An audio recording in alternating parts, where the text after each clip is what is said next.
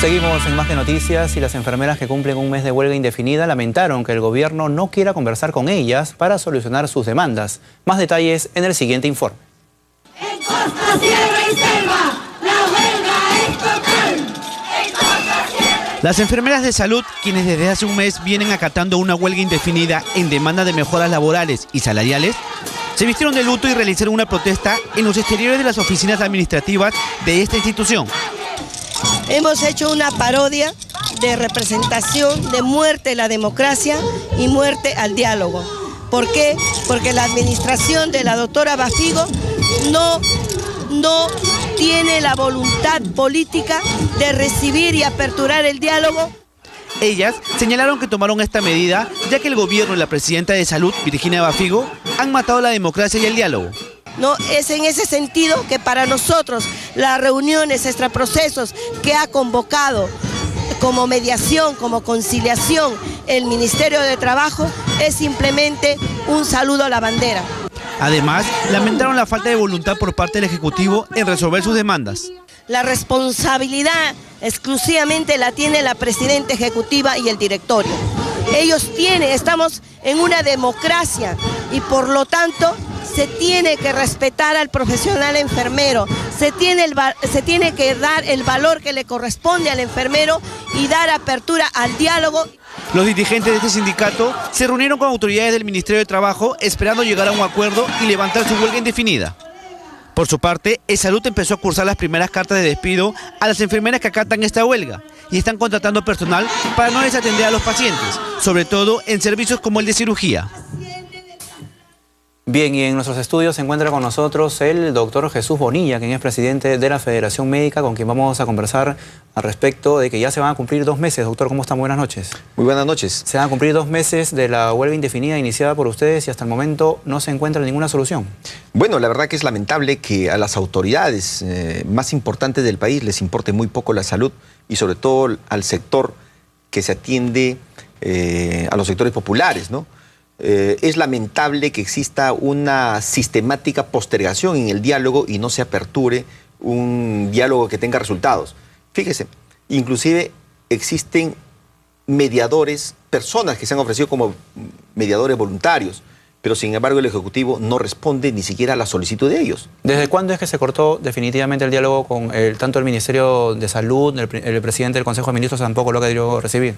Bueno, la última reunión que tuvimos oficialmente con algunos funcionarios del Ministerio de Salud fue el 9 de junio, a propósito de una invitación pública que hiciera la ministra de Salud el 7 de junio, diciendo que ella misma nos iba a recibir para resolver el tema de la huelga, pero sin embargo la ministra no estuvo, ¿no? Básicamente encontramos a los funcionarios de segundo nivel, obviamente que no tienen capacidad de decisión. Nosotros hemos insistido permanentemente en que el diálogo sea con personas que tengan capacidad de resolver el problema.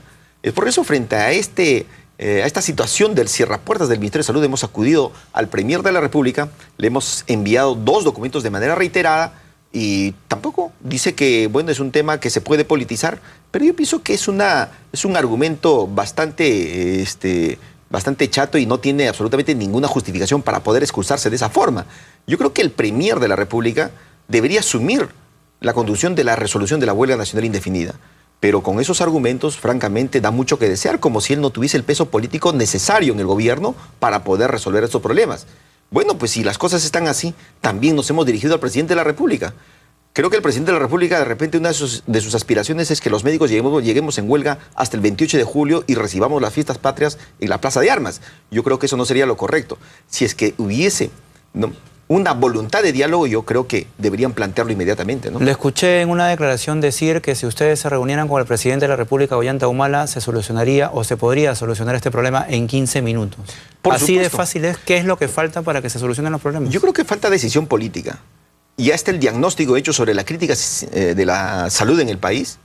Es lamentable que las imágenes de la televisión hayan mostrado las deplorables condiciones de los hospitales, centros y puestos de salud, las quejas de los pacientes frente a la falta de medicinas, falta de análisis de laboratorio, ¿no? Y que falten médicos en diferentes puntos de diferentes hospitales, centros y puestos de salud.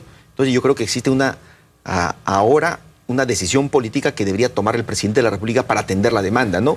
Sobre todo porque existe el compromiso electoral del presidente de la República de incrementar de manera sistemática el presupuesto en 0.5% del PBI cada año.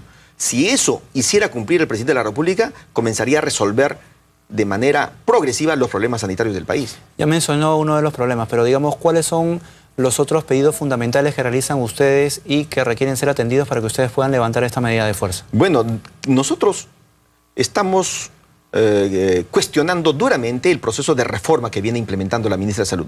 Esta reforma no solamente tiene que ver con que estén entregando la salud a manos privadas, sino esta reforma tiene que ver también con el ajuste de los recursos humanos. Entonces, por eso nosotros pedimos una modificación de este proceso de reforma de la salud. Fíjese, la tendencia, si se viene implementando tal como está percibido por la ministra de Salud, es que vamos a entrar a un colapso del sistema público de los prestadores de servicios de salud. Y eso yo no creo que quiera la población. La población no quiere que cierren sus hospitales porque son los hospitales que atienden a los pobres. La población quiere que en sus hospitales existan buenas camas, que existan médicos para que los atiendan, que existan medicinas para poder resolver sus problemas de salud, que exista análisis de laboratorio, tecnología de punta, y el Perú lo puede hacer. El Perú en estos momentos tiene un crecimiento económico, si bien es cierto hay un proceso de desaceleración económica a nivel mundial, pero sin embargo, en comparación a los países de Latinoamérica, tiene un crecimiento importante, como nunca antes visto en la historia republicana. Si esta ocasión no se aprovecha para poder resolver un tema que ha sido en la historia republicana postergada, y es una deuda interna con la salud de los más pobres, yo pienso que no se puede dejar de aprovechar esta ocasión. Doctor, y en el tema del aumento de sueldos, ¿no?, que siempre se ha venido hablando, pero que no ha quedado de todo claro, me parece. Se hablaba, o de parte del gobierno se habló de que sí se cumplió con la escala remunerativa, y lo cual hizo que ustedes, digamos, levantaran la anterior medida de huelga que habían tenido, la medida de fuerza anterior que habían tenido, pero ustedes señalan que no se ha cumplido con esta escala remunerativa. ¿Cuál es la verdad del asunto? Bueno, la verdad es que ellos tienen interpretaciones. Yo le voy a dejar este acta del 2012, donde dice el compromiso que tiene el gobierno para poder iniciar una escala remunerativa. Y en ese compromiso dicen literalmente que se va a incrementar por lo menos 1.500 soles a partir de julio de 2013. Eso nunca se ha cumplido. El gobierno insiste de manera errónea en interpretar de que ya lo que nosotros percibíamos como bonificaciones, incentivos, eso es parte del aumento, y eso en ninguna parte es un aumento. Nos han sacado el dinero de un bolsillo y lo han puesto en un solo bolsillo todo, y eso no significa absolutamente ningún aumento. Le voy a dejar un resumen. Nosotros cómo percibimos estas interpretaciones de la ministra de Salud, ¿no?, en la cual a través de una campaña multimillonaria dicen que estamos ganando pues mucho más ahora. Y no es así. Lo que nosotros percibíamos los años anteriores, prácticamente existe una diferencia de 300 soles, ¿no? Menciónelo, se lo puede mencionar en cámara. Por supuesto. Esto es lo que dice la doctora Reforma después de una campaña millonaria de casi 100 millones de soles. El médico del nivel 1 ya ganaba 4.568. Pero fíjese, antes de su reforma el médico ganaba 4.286. ¿no? Entonces, una variación de ingreso de 282 soles. Y eso, este es un engaño. Para que quede más claro, ¿cuál es el monto que están percibiendo en este instante ustedes? El médico del nivel 1 está recibiendo en estos momentos 4.568, pero ya nosotros recibíamos 4.268. Entonces, no existe ningún incremento prácticamente, son 200 soles, y eso pagando los impuestos de salud, de la AFP y lo de quinta categoría, prácticamente no existe incremento, ¿no? Entonces, por eso yo creo que se ha mentido de manera sistemática al pueblo peruano, ¿no? Y los médicos no nos podemos dejar engañar. Yo creo que si es que existe una decisión política de fortalecer los servicios públicos, tiene que garantizar y cumplir su promesa electoral. Ya no le vamos a pedir un hospital por provincia, por lo menos un hospital por cada región, ¿no? Ya no le vamos a pedir que ponga especialistas en los centros y puestos de salud, pero por lo menos que garantice la presencia de especialistas en los hospitales. Fíjese, si usted va a Tumbes, en Tumbes no hay muchos médicos especialistas. Son muy raros los médicos especialistas en Tumbes. Si usted va a Madre de Dios, la mayoría de los médicos que van en condición de especialistas cruzan la frontera, obviamente, porque la diferencia en los ingresos entre el médico brasilero y el peruano es abismal, ¿no? Entonces, prácticamente es una zona de tránsito. Entonces, es lamentable que en el país, ¿no?, se tenga una concepción de la salud muy errónea. Piensan que están haciendo la gran reforma, pero lamentablemente están destrozando la salud pública, perjudicando a los más pobres, porque la empresa privada, que va a ser el eje de la atención sanitaria en los próximos años, probablemente de acuerdo a esta política sanitaria de la ministra de Salud, lo que va a hacer básicamente es lucrar, ganar en perjuicio de la salud y de quienes nosotros servimos, que son los más pobres del país. Doctor, ¿no? pero usted justo señala un tema importante, que los más perjudicados son los más pobres, son los pacientes, ¿no? He estado leyendo algunas cifras y, por ejemplo, se dice que en estos casi 2 meses de huelga se han perdido más de 2 millones de consultas externas y más de 55.000 intervenciones quirúrgicas que se han tenido que realizar. ¿Esto qué le deja también? Porque no se puede perjudicar a los pacientes también que requieren una atención inmediata, ¿no? Bueno, aquí hay una responsabilidad clara de la ministra de Salud. Esto debió haberse resuelto inclusive antes de la huelga. Pero fíjese, nosotros en previsión de ello hemos instalado carpas de atención gratuita en diferentes puntos de la ciudad, en muchas regiones del país, de tal forma que las consultas externas no se vean perjudicadas, sobre todo los pacientes. Los hemos atendido. Realmente no son las condiciones más óptimas, es cierto, pero hemos tratado de amortiguar esa necesidad y nunca los hemos dejado de atender en las emergencias, porque las emergencias están abiertas las 24 horas. Los pacientes hospitalizados han sido tratados, ¿no?, de repente con más cuidado todavía, y los pacientes que están en cuidados intensivos y cuidados críticos también están siendo atendidos. O sea, una huelga médica no es una huelga irresponsable, no es una huelga que se tenga que abandonar todo el hospital.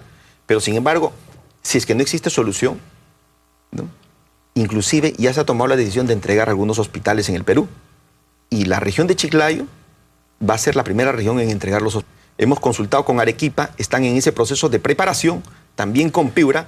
Entonces, yo creo que... ¿Qué hospitales puntualmente serían, doctor? El Hospital Belén y el Hospital Socorro, me parece. Esos serían entregados en los próximos días si es que no se levanta esta huelga. Efectivamente, ya está tomada la decisión. Probablemente en algunos hospitales en Lima entreguemos también más servicios y no se puede llegar a esos extremos. Por eso yo invoco al señor presidente de la República que él se acuerde de sus promesas electorales. Él ofreció mucho para la salud del país, pero yo creo que él sí le ha encargado a la ministra. Lo que pasa es que la ministra pues, es un fracaso total, ¿no? Ok, doctor, muchas gracias por su presencia esta noche con nosotros. Era el doctor Jesús Bonilla, presidente de la Federación Médica. Bien, amigos, ahora nos vamos en vivo hasta La Victoria, hasta la base de la Policía de Tránsito. En ese lugar se encuentra nuestro compañero Juan Carlos Portilla. Juan Carlos, buenas noches. Luis, ¿cómo estás? Así es, buenas noches, como siempre, y es acostumbrado ya el ministro del Interior, Daniel Urresti, quien ha impuesto pues este nuevo estilo a la policía, ha dado el balance de la captura y decomiso de distintos tipos de mercadería y de las acciones policiales producidas en las últimas 24 horas. Él ha estado aquí en la Policía de Tránsito en La Victoria, realizando este ya clásico y tradicional recorrido en él sobre estas acciones policiales, en lo que le ha puesto más énfasis en las últimas horas es el tema del tránsito, por ejemplo. Sin embargo, hoy también se ha dado tiempo para explicar sobre un tema de decomiso de droga en el cual están implicados algunos efectivos policiales y también sobre la entrega a la policía de uno de los implicados, en el caso Rodolfo Orellana. Vamos a escuchar al titular del Interior. Presentamos el resultado que presentan las diversas dependencias del trabajo realizado durante las 24 últimas horas.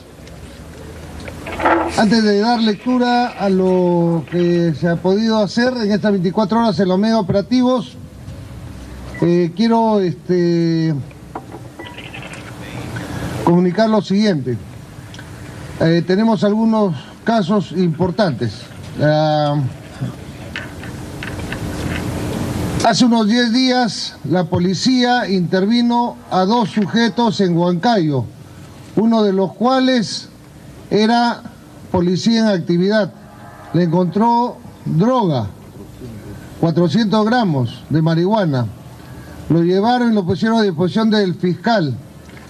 Cuando el fiscal lo interroga, él confiesa que esa droga le había sido entregada en Ayacucho por un alférez, no una dama, un alférez de la policía. La policía la detiene y la entrega al fiscal. El fiscal ha continuado con la investigación y ha dispuesto la captura y detención de 6 suboficiales más que estaban en Ayacucho, en el grupo Terna de Ayacucho. La policía ha cumplido con capturarlos y ponerlos a disposición del fiscal. Es una prisión preventiva. Esto ya está en manos del fiscal. La inspectoría está haciendo la investigación de la parte de la falta administrativa y estamos esperando cuál es la decisión del fiscal para actuar de acuerdo a ello. Aquí hay que resaltar que este caso nace por la intervención de la policía. Entonces, esto es muy importante porque desde el primer momento en que se intervino a un policía en actividad con droga, se ha continuado con las normas y con los procedimientos. Es decir, no se está tolerando dentro de la policía a los corruptos. Esta es una buena señal. Número 2, el día de hoy se ha puesto a derecho uno de los implicados en el caso Orellana. Es el señor Vázquez Jamel Jimmy Omar, que sería uno de los testaferros de Orellana. El día de hoy se ha puesto a derecho. En la zona donde estaba vigilando la DININCRI, él ha salido con su abogado y se ha entregado. Ha sido ya conducido a la DININCRI y se encuentra con el fiscal. El ministro del Interior, Daniel Urresti, quien ha dado también una buena noticia. A partir de los próximos días, a través del Banco de la Nación, uno va a poder tener sus antecedentes policiales. Ya no va a tener que irse uno hasta la comisaría, y también se prevé que las denuncias por pérdida de documentos y otro también se obtenga la especie valorada directamente en el Banco de la Nación y obtener ya este documento y no tener que ir a la comisaría. Si se cumple esto, la verdad sería bastante interesante, porque por estos requerimientos de estos documentos hay que ir al banco y luego a la comisaría, lo cual es una pérdida de tiempo. La información que tenemos aquí en La Victoria. Luis, adelante contigo. Juan Carlos, muchas gracias por este enlace que nos traías en vivo. Bien, amigos, ahora nos vamos a un corte comercial, pero volvemos con más información. El Jurado Nacional de Elecciones dejó al voto tacha